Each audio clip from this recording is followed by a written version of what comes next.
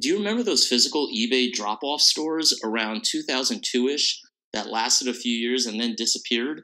It was such an odd thing that it was even parodied in the hit movie The 40-Year-Old Virgin by a young Jonah Hill who was trying to buy disco boots with goldfish in them, but couldn't understand why he had to go on eBay and bid on them when they were already in his hands and he was willing to pay right then and there. So these were stores that even young people, like me at the time, really didn't understand its need at all, and I never stepped foot in one. And that's the reason why the concept didn't last.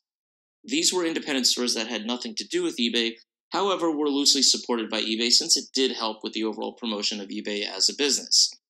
Here's how it worked. If you had something to sell, you'd simply take your item to your nearest eBay store, set up an account, tell them the price you wanted it listed at, or if you had a reserve, and when it sold, they'd ship it out for you.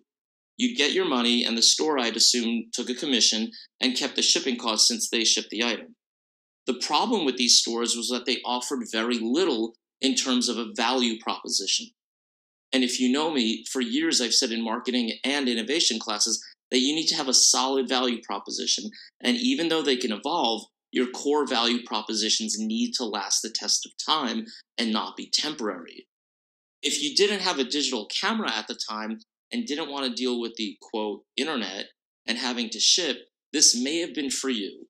And perhaps these stores also added a bit more value with marketing your product by listing it in the best category to help it get sold.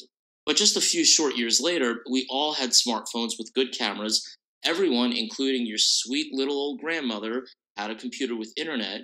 eBay became easier to list and target the right product category, and we now have more shipping options these days. And of course, eBay has an app as well.